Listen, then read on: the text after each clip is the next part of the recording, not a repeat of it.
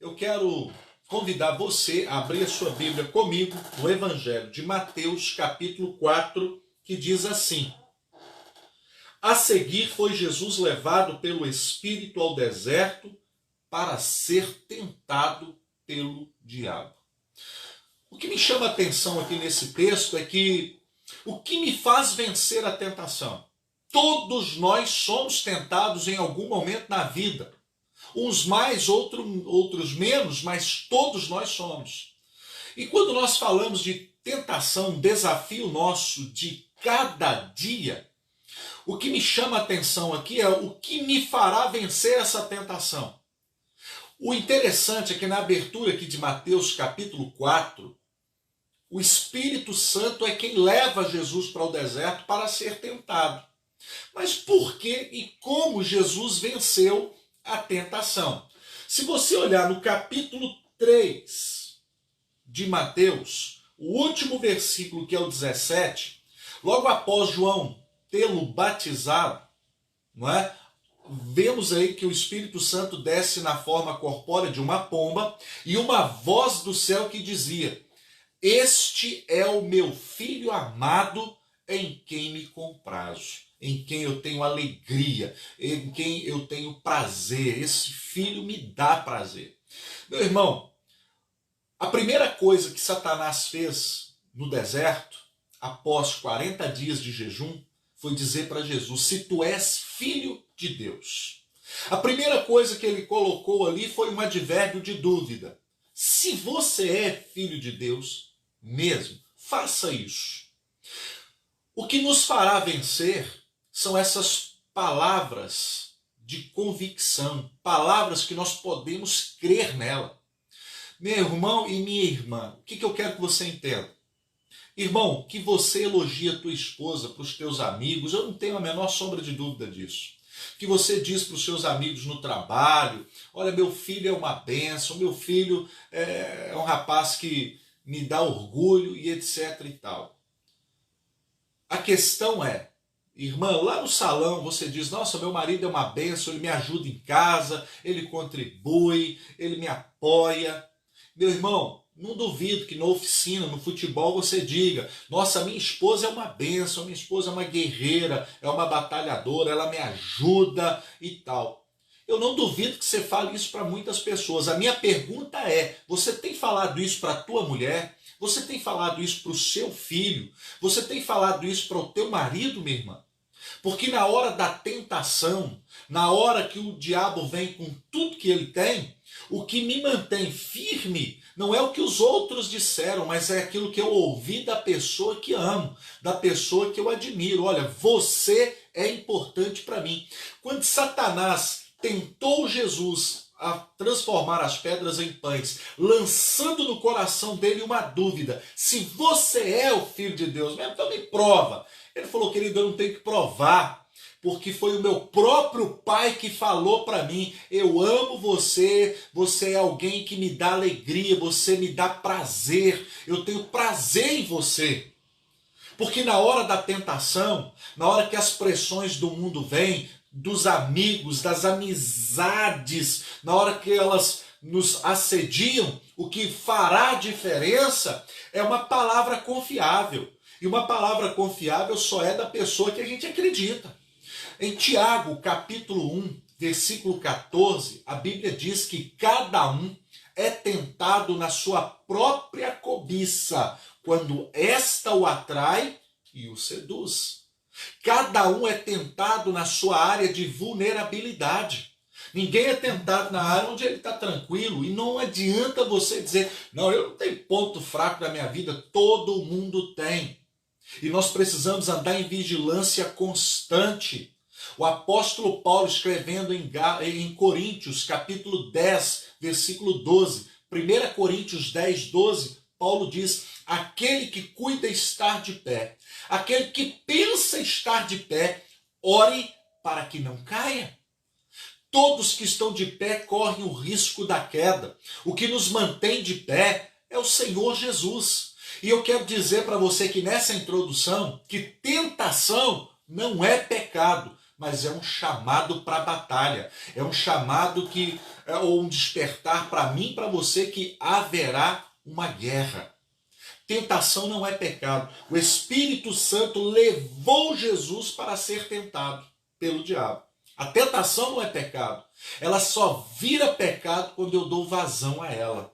Quando eu dou, então, permissão, legalidade. Eu quero abrir aqui com você, embora eu já tenha citado, o livro de Tiago, no capítulo 1 de Tiago.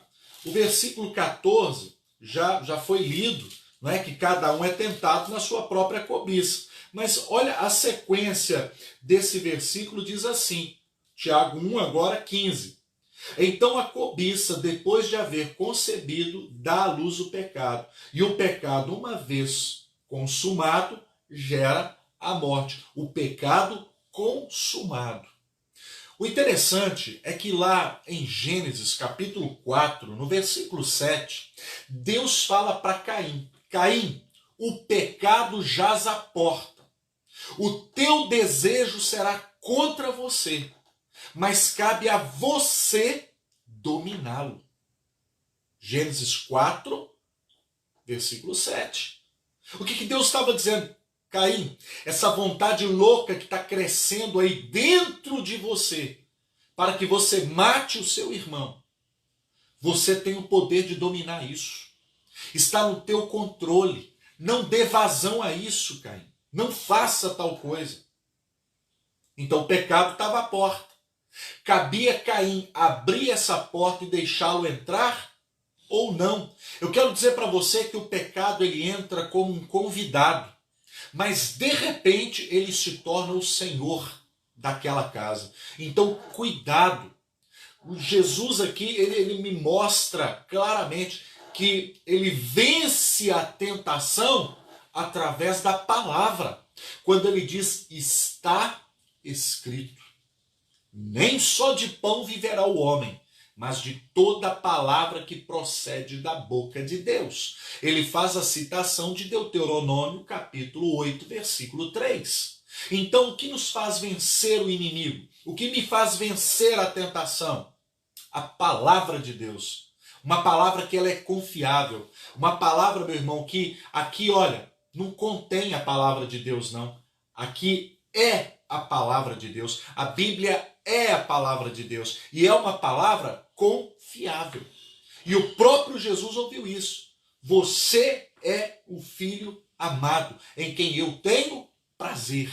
Então começa a dizer isso para a tua mulher, para os teus filhos, para o teu marido.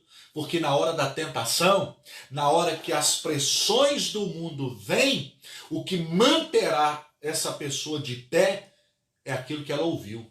Não do amigo, do colega. Olha, teu pai me falou que te ama muito. Olha, teu marido falou que ama muito você. Olha, sua esposa falou que te admira muito. É engraçado, mas ela nunca me falou isso. Ela nunca me disse isso. Então, querido, tem um provérbio que eu acho fantástico. É melhor o ódio declarado que o amor encoberto. Do que adianta a pessoa me amar, mas ela não me diz isso? Do que adianta a pessoa ser apaixonada comigo, mas ela nunca me falou? Está lá em Provérbios 27, versículo 5. Na tradução NTLH fica mais claro isso. É melhor o amor revelado que o ódio revelado que o amor encoberto. É melhor eu saber que fulano me odeia, ele fala que me odeia, do que alguém que me ama, mas não diz isso. Então amor tem que ser dito, tem que ser falado, demonstrado, mas também por palavras, por ações, por gestos. Amém? Então é isso aqui que nós começamos a perceber nessa introdução. E aí nós vamos para Jeremias capítulo 18, quando ele vai falar que um vaso que se quebrou na mão do oleiro.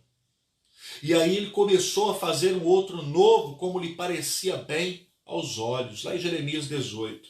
Então, mesmo o vaso na mão do oleiro, ele pode se quebrar.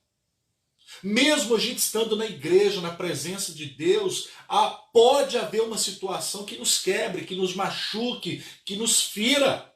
É possível, é possível. Pode deixar cair um acidente. pecado na nossa vida, a Bíblia, no hebraico, ela me dá duas conotações para o pecado. Um é o ratá. O que é o ratá? Ratá é o pecado acidental. Ninguém sai de casa e diz, vou bater o carro no poste. É um acidente. No hebraico, ratá. Qual é a outra classificação para pecado? A iniquidade, o aon. O que é o aon? Você pode pronunciar também como avon. É só se lembrar daquela revista, daquele produtozinho, a pronúncia é a mesma. Avon. E o que é avon? Avon é o pecado premeditado. Eu vou sair e eu vou fazer isso aqui. Então há diferença entre um acidente e a premeditação. Então, olha bem, um pode ser classificado pelas nossas leis como culposo, sem a intenção, e o outro como doloso, com a intenção. Agora, olha bem, a diferença estará em onde você vai se quebrar. Se eu me quebrar na presença de Deus, pode acontecer, não é porque eu estou na igreja que eu sou infalível, que eu não peco, que eu não erro. Todos nós estamos sujeitos a errar. Deveríamos? Não. É possível? Sim, é. Agora, quando eu me quebro na casa do oleiro, a diferença é que eu sei que o meu Deus vai me consertar. Ele vai me fazer de novo, ele vai me fazer como lhe parecer bem aos seus olhos. E se ainda assim não tiver legal, aí ele me quebra. Irmão, e para quebrar dói. Para quebrar não é legal, para quebrar não é fácil, mas é importante. Principalmente se é Deus que vai nos dar uma quebrada, tá valendo. Porque a gente não canta isso? Quebra a minha vida e faz-a de novo. Eu quero ser, Senhor, um vaso novo. Não é o que a gente canta? Só que você lembra, para quebrar, dói. Para quebrar não é legal. Mas às vezes é fundamental que se quebre para que se construa segundo os olhos do oleiro. Então, agora aqui me chama a atenção algo fantástico na produção do vaso. Lembre-se, Paulo escrevendo a Timóteo, ele vai dizer que nós somos vasos de honra. Mas só somos vasos de honra porque dentro de nós está a excelência de Deus. É Cristo em nós, a esperança da glória. Agora, olha bem, olha o processo. A pessoa vai lá, busca o barro, né? Aí o que ela tem que fazer? Ela vai limpar, vai tirar os resquíciozinhos de pedra, folha, pedaços de madeira, enfim, o que tiver, e vai limpando. Esse é o processo da conversão. Deus vai nos limpando através da palavra, ele vai nos lavando, ele vai nos purificando. Agora está ali a obra-prima, a matéria-prima, está ali. O barro, sem forma, está lá. Agora ele vai colocá-lo sobre a roda e vai começar a modelar esse vaso. Vai começar a fazer conforme lhe parece bem aos olhos. E aí eu pergunto para você, agora está lá o vaso, prontinho em cima daquela roda. Ele está pronto. Ele já pode ser usado? Não. Agora ele vai para um outro processo. Qual o processo, pastor Wesley? O processo da sombra. Ele tem que ir para um lugar fresco. Ele não pode ir direto para o sol. Se ele for para o sol, o que vai acontecer com ele? Ele vai rachar, ele vai trincar todo. Então ele vai para a sombra e ele descansa. E aí então eu entendo como a Bíblia é espetacular, ela é tremenda.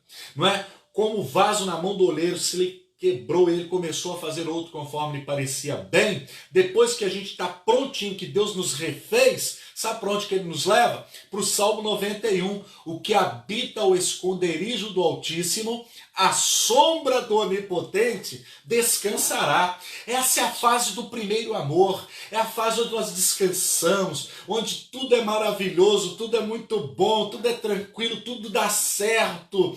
E a gente está ali vivendo aquele primeiro amor, e a gente está debaixo das sombras dele, e ele nos guarda, ele nos protege, ele nos cuida.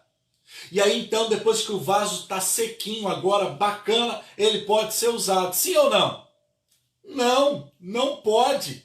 O processo agora é um outro. É passado nesse vaso, ele é untado por dentro e por fora com óleo.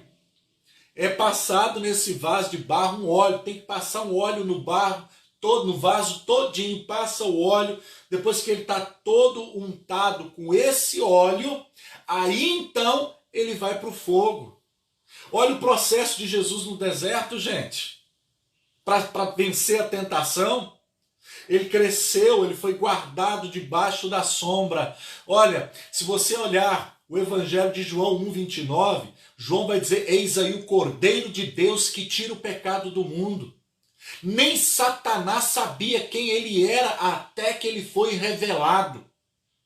Quando ele olhou, gente, era o filho do Zé e da Maria. Era ele. Meu irmão, o que eu quero que você entenda? Debaixo das asas dele tem cura, tem proteção, tem livramento. Mas só que Deus não vai nos manter debaixo da sua asa ali para sempre. Agora o processo da nova conversão, ele está ali e agora eu estou sendo ungido, untado com a presença do Espírito Santo na minha vida. É o que Paulo escreve em Atos dos Apóstolos, no capítulo 19, quando ele vai falar para aqueles varões galileus, 12 varões galileus: recebeste vós o Espírito Santo quando creste? Então o Espírito Santo ele vem no ato da conversão, no momento em que você aceita Jesus, ele entra em você e você então é batizado com ele. Por que o batismo? Porque ele entra em você. A palavra grega para batismo é entrar dentro, é mergulhar, é submergir. Por isso que na conversão você é batizado com o Espírito Santo. E o processo que segue dali para frente é buscar a plenitude desse Espírito, é buscar ser cheio desse Espírito, como nós vamos ver nas Escrituras, em Efésios 5,18, e não embriagueis com vinho em que há contenda, mas enchei-vos do Espírito Santo. Então esse agora é o processo, então agora ele vai para o fogo. Agora nós vamos para os embates da vida, porque agora eu estou pronto, porque eu ouvi o meu pai dizendo: eu te amo, eu te amei tanto, eu te amo tanto, que eu dei o meu filho para morrer por você, que eu te amo tanto, que o meu filho veio e morreu morte de cruz por você. Então quando eu vou encarar as tentações da vida, eu vou encarar elas tranquilo. Você sabe por quê? Porque eu sei que Deus me ama e que o amor dele é incondicional. Ainda que as pessoas, ainda que o mundo, ainda que o sistema diga o contrário, eu sei que Deus me ama como eu sou, com os meus defeitos, eu aqui buscando a minha melhora, buscando o meu crescimento, mas eu sei que ele me ama. E quando eu sei que eu sou amado por ele, querido, eu vou ter os momentos de tentação, mas eu vou vencer, porque maior é o que está em nós do que o que está no mundo. É maior. E aí nós vemos isso aí. E agora, então, como diz lá Paulo, né, em 1 Coríntios 3,13, a obra de cada um será manifestada pelo fogo. É o fogo que vai provar o vaso. É o fogo que vai demonstrar se esse vaso agora vai aguentar ou não. E aí, depois da prova de fogo, esse vaso está pronto. Agora ele já pode usar para comida, para fazer, né, uma muqueca, aquele feijãozinho no fogão a lenha. Agora o vaso aguenta a temperatura, porque ele passou por todo o processo. Se você quer ter vitória na sua vida, não queime etapas. Não queira furar a fila. Espere o tempo de Deus para a sua vida. Espera, porque vai chegar. Vai chegar. Você vai ser revestido. Foi isso que Jesus, gente, falou para os discípulos lá em Lucas 24:49. Vão para Jerusalém, fiquem em Jerusalém, até que do alto sejais revestidos de poder. Vocês são vaso novo, vocês estão fresquinhos. Vocês andaram 3 anos e meio comigo, debaixo das minhas asas, debaixo da minha sombra. Mas agora eu estou indo para o Pai. E eu estou dizendo para vocês, vão para Jerusalém e fiquem lá até que do alto venha o revestimento, venha o óleo. Gente, olha que coisa tremenda. Assim como o oleiro pega o vaso já seco e ele tem que passar um óleo nele antes de levar ele para o outro processo final, que é o fogo, para ele estar pronto, o próprio Jesus está falando para os seus discípulos, olha, eu modelei, eu limpei vocês, eu fui lá, peguei a matéria-prima, limpei, tirei toda a sujeira, vocês estão sendo limpos pela palavra que tenho pregado, agora vocês descansaram debaixo das minhas asas por 3 anos e meio, eu guardei vocês, mas ainda vocês não estão prontos. Vocês ainda não estão prontos. Agora é momento de vocês irem para Jerusalém e permaneçam lá, até que do alto vocês sejam revestidos de poder. E após esse revestimento, quando descer sobre vocês o Espírito Santo, aí vocês vão estar prontos para o calor, para a batalha, para as tentações, para as crises, para tudo que vier, vocês estarão prontos. Vocês estarão prontos. Olha como que a Bíblia é tremenda, irmãos. Olha como a palavra do Senhor ela é extraordinária. Então nós vamos percebendo isso aqui no texto. E nós sabemos que em Atos capítulo 2, de repente, ouviu-se um som como de um vento impetuoso e encheu toda aquela casa. E vimos línguas repartidas como que de fogo. Agora eles estavam prontos. Agora eles estavam revestidos para vencer as tentações da vida. Agora, o que a tentação vem fazer? Qual é o objetivo primário da tentação? Eu não tenho muito tempo para entrar em todos os detalhes, mas eu quero te mostrar aqui pelo menos 3 coisas ou 3 ações que a tentação vem promover. Olha bem, a primeira área que Jesus foi tentado foi na área física. Como assim, pastor? Quando Jesus foi para o deserto, levado pelo Espírito Santo, a primeira área que Satanás vai tentar atingi-lo agora é no plano físico. Ou seja, se és filho de Deus, transforme estas pedras em pães. Por quê? Porque você não está com fome? Vamos comer aqui enquanto a gente troca uma ideia. Vamos comer enquanto a gente bate um papo. A necessidade de Jesus naquele momento era de quê? Era de pão, era de alimento. 40 dias de jejum. Agora o que eu quero que você se atenha? No deserto dessa vida, tome cuidado, porque Satanás vai se manifestar a você como um provedor, como aquele que vem para resolver o seu problema. Cuidado, irmão, com atalhos na vida. Isso é extremamente perigoso. Tem um texto de Êxodo que me chama muito a atenção nessa área. E é algo que nós precisamos estar muito atentos, porque o diabo não é burro.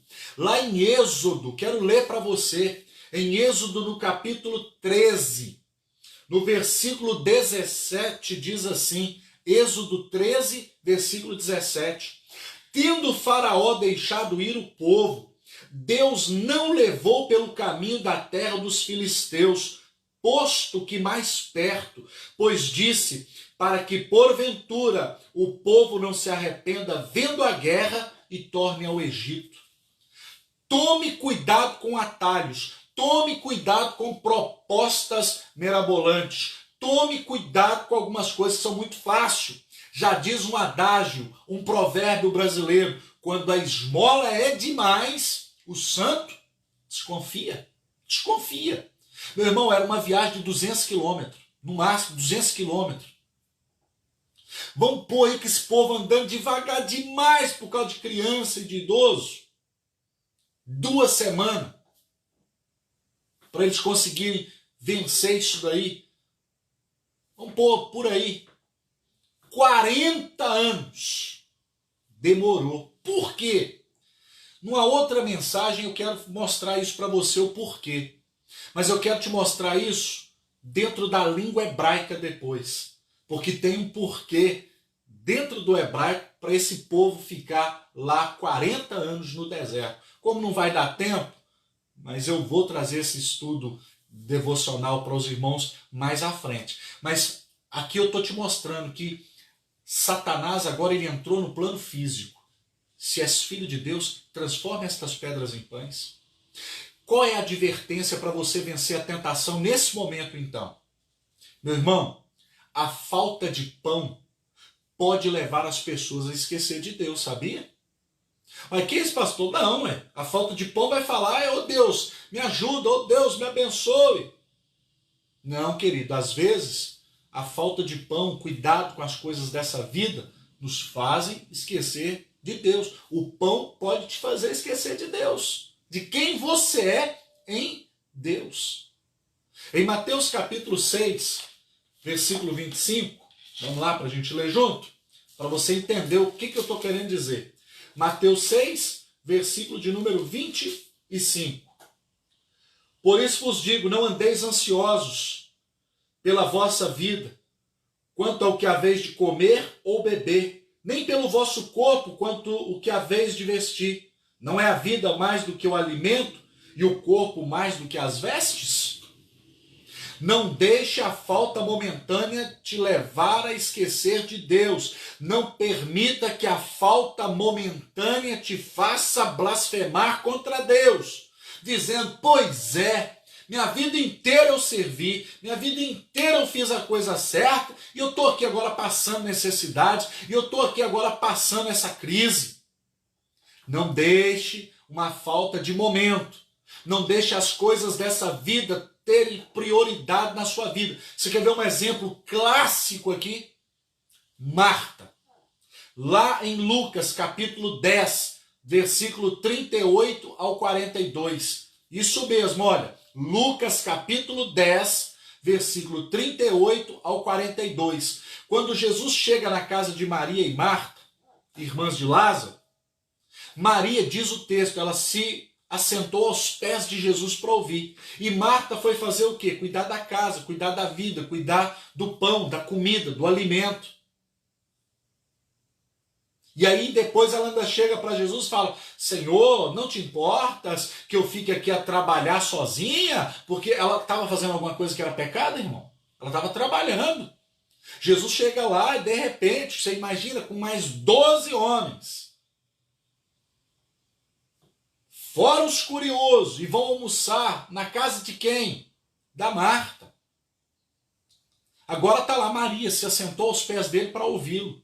E Marta está de um lado para o outro, de um lado para o outro. De repente ela fala, o senhor não vai repreender ela não? O senhor não vai falar para ela vir me ajudar não? Olha a resposta de Jesus.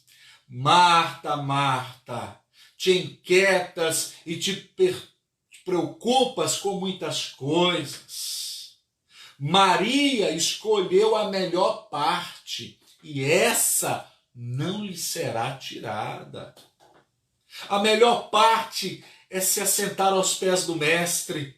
É melhor ele do que comida, bebida e roupa, irmãos, porque com ele isso tudo vai acontecer.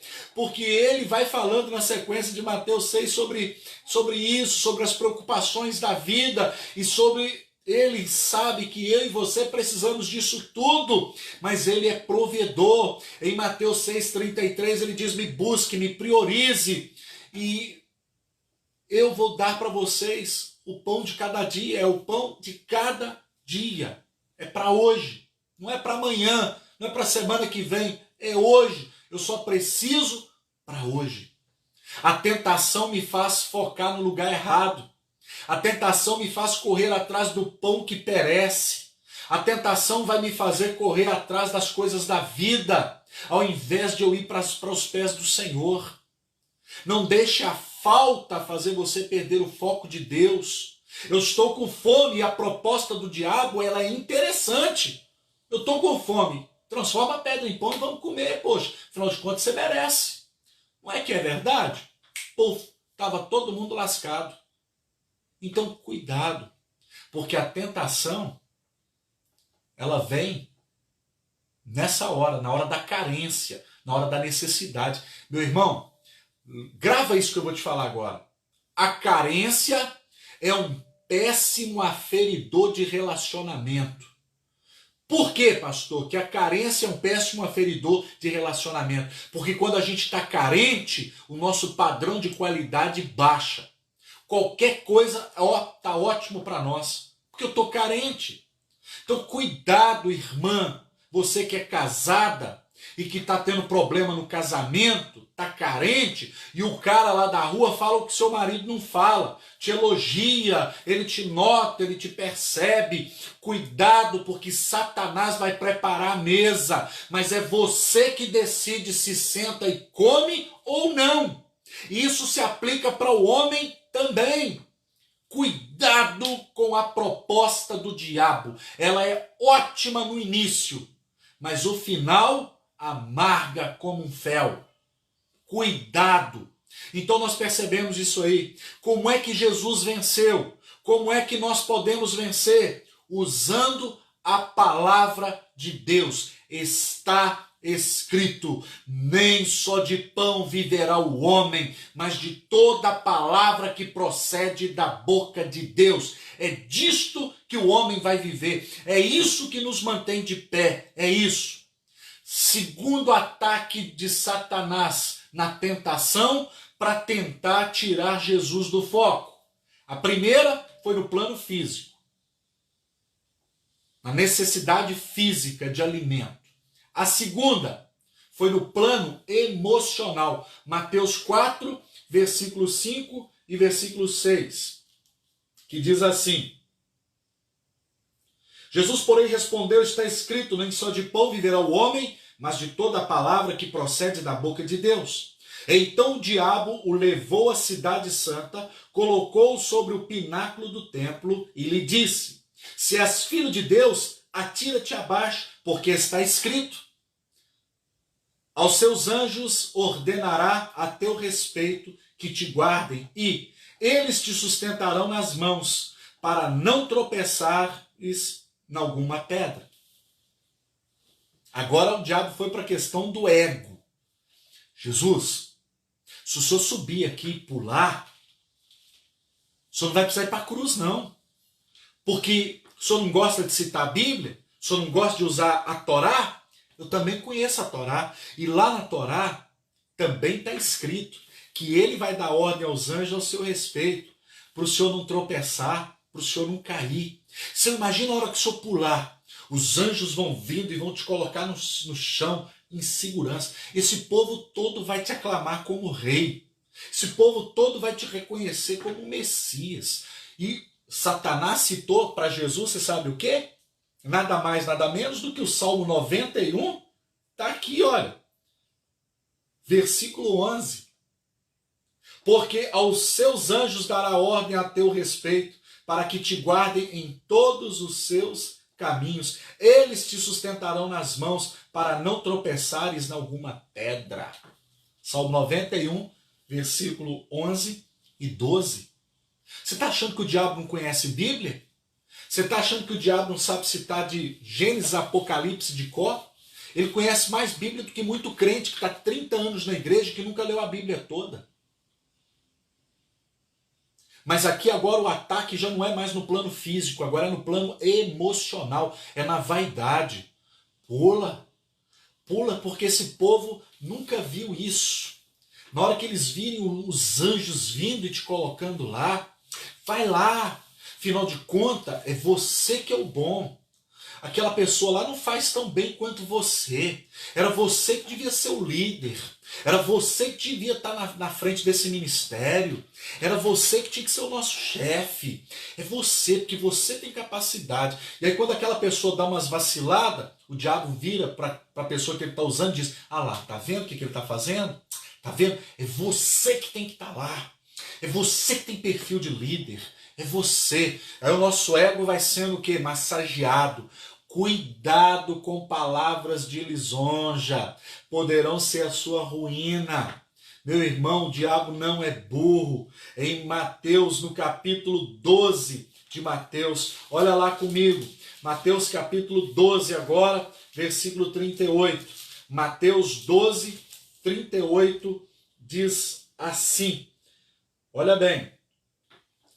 Então alguns dos escribas e fariseus replicaram: Mestre, queremos ver da tua parte algum sinal. Ele, porém, respondeu: uma geração má e adúltera me pede um sinal, mas nenhum sinal lhe será dado, senão o do profeta Jonas, porque assim como esteve Jonas 3 dias e 3 noites no ventre do peixe, assim o Filho do Homem estará 3 dias e 3 noites no coração da terra. Olha o que os escribas e fariseus estavam falando. Me dá um sinal. E se Jesus tivesse dado?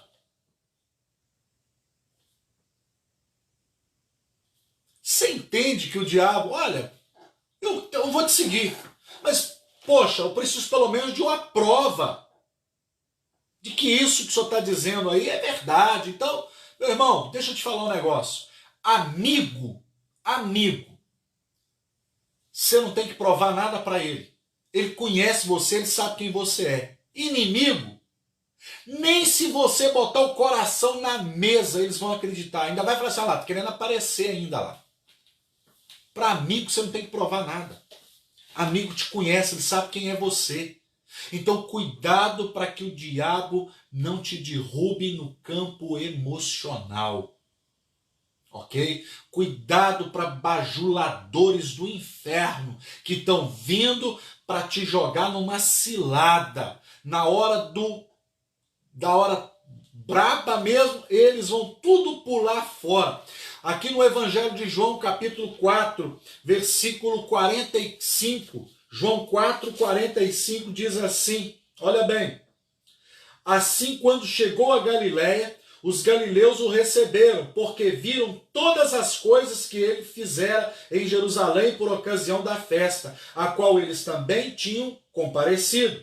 Dirigiu-se Jesus de novo a Caná da Galiléia, onde da água fizera vinho.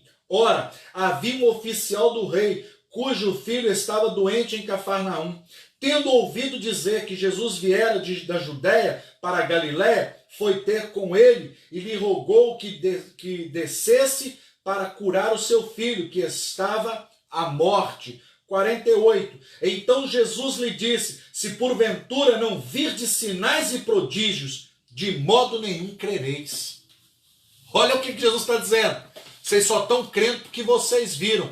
Mas eu quero dizer para você que está aí do outro lado me assistindo, nós somos uma geração bem-aventurada, porque nós não vimos, nós não tocamos nas chagas, nós não tocamos no furo ao lado, mas nós cremos que ele é o Filho de Deus. Nós somos uma geração bem-aventurada. Foi o que Jesus falou para Tomé. Tomé, você crê porque você tocou, porque agora você me vê, mas bem-aventurados são aqueles que não me viram e creram. Meu irmão, cuidado com Satanás. Como a gente vence a tentação? Com jejum e oração. O próprio Senhor disse, a casta de demônios que só saem com jejum e com oração. Em 1 Tessalonicenses, capítulo 5, versículo 17, diz, orai sem cessar. Orai sem cessar, é orar em todo o tempo. Judas, capítulo único, versículo 20 diz, orando todo o tempo no Espírito Santo. Orando todo o tempo. Em Mateus, no capítulo 26, um versículo muito conhecido, 26, 41, diz assim, vigiai e orai, para que não entreis em tentação. O Espírito, na verdade, está pronto, mas a carne é fraca. Aqui não está dizendo orai e vigiai, não. É o contrário. É vigiai e orai. Primeiro você tem que estar em vigilância, atento. Posteriormente, a oração. A vigilância vem primeiro. E aqui, meu irmão, caminhando para o final dessa devocional, terceira área que Jesus vai ser tentado. Ele foi tentado no plano físico, agora ele foi tentado no plano emocional e agora ele está sendo tentado no plano da aquisição. Como é que é isso? Olha bem o que diz Mateus 4, versículo 9. Ele disse, tudo isso te darei, se prostrado me adorares. Satanás mostrou o mundo e todos os seus tesouros. Tudo isso eu te dou. Tudo seu. Eu só quero uma coisa. Uma coisa. Me adore. Aqui agora está o que fez Satanás se tornar Satanás. Quando ele quis estabelecer o trono dele acima do de Deus.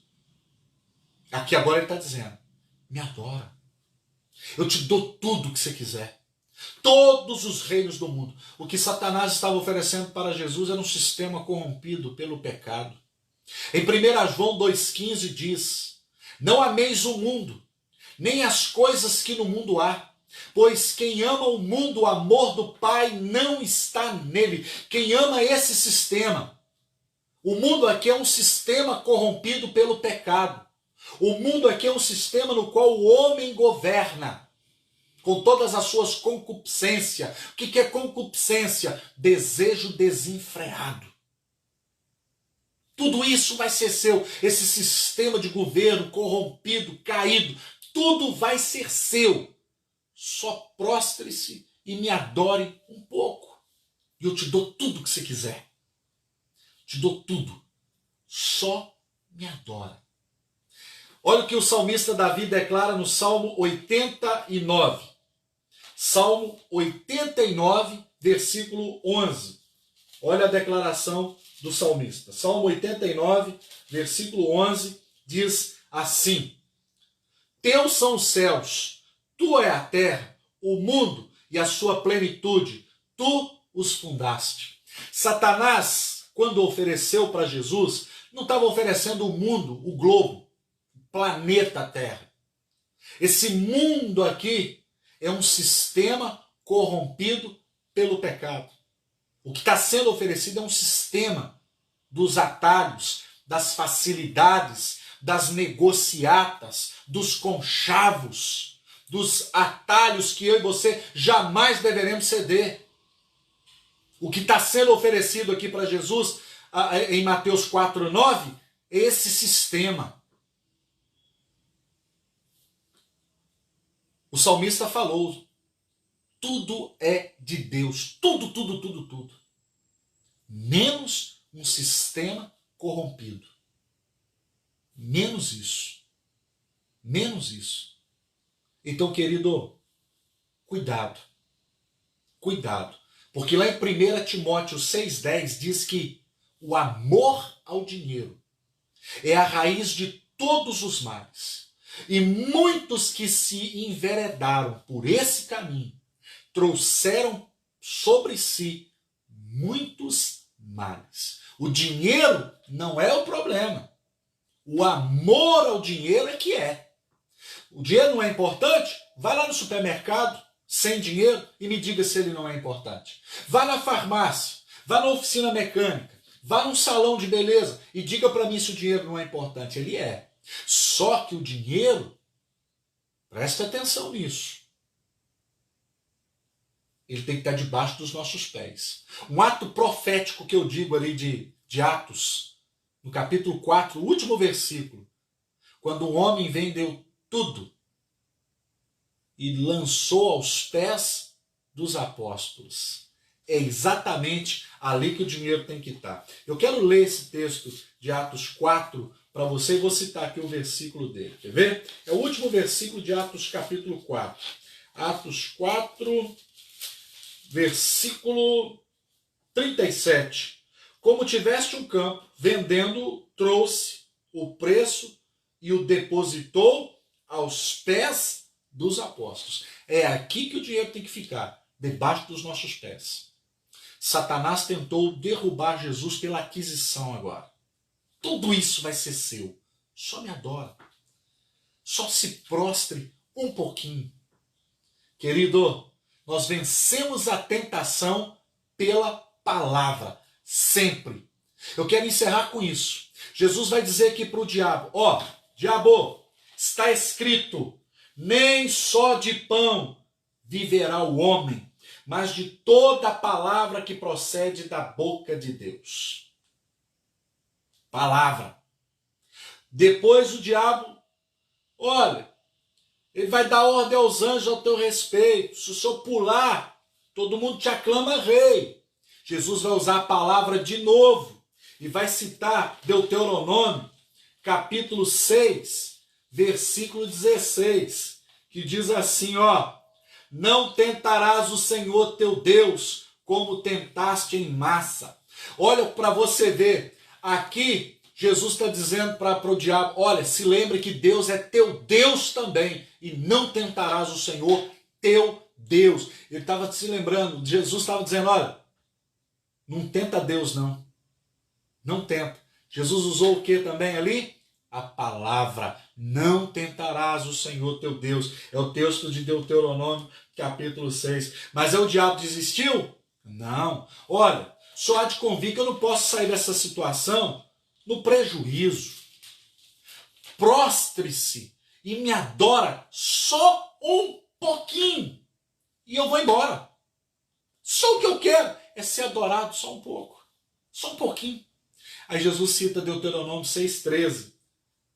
O Senhor teu Deus temerás, a Ele servirás e pelo teu nome jurarás. Serviço aqui no hebraico tem a ver com adoração. Sabe o que me chama a atenção?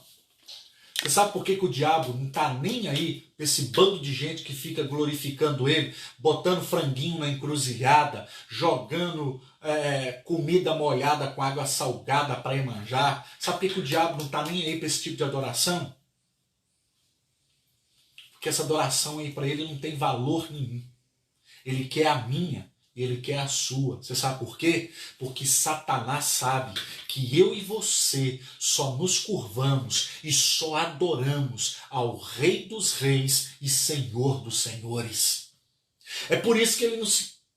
Isso aí para ele não é nada. As pessoas para a rua se cortando, se mutilando, fazendo trabalhinho em mata, em cachoeira, em encruzilhada. Isso para o diabo, ó, ele quer a tua. As pessoas poderiam ter se chegado a ele, poderia ter feito um monte de coisa, as pessoas vinham e adoravam a ele, mas não era adoração sincera. Nós não adoramos a Deus por aquilo que ele pode nos dar, mas por aquilo que Deus é. Entende? O diabo tentou comprar a adoração, mas a nossa adoração, ela já foi comprada, meu irmão, e ela foi comprada pelo precioso sangue de Cristo. É para Ele que eu me curvo, é só para Ele que a minha adoração vai. Então que nessa manhã você vença as tentações da vida. Não deixe a falta momentânea te fazer focar em outras coisas que não Deus. Não deixe, meu irmão, o seu emocional se abater. Não deixe o inimigo te atacar em suas emoções. Mantenha as suas emoções equilibradas diante do Senhor. Amém? Fica tranquilo, Deus está no controle. E olha, cuidado com a tentação da aquisição fácil. O dinheiro fácil, a oportunidade fácil, porque detrás delas pode estar te esperando a morte. Que Deus te abençoe e que Deus nos guarde e que o Senhor nos livre de todo perigo e de todo mal.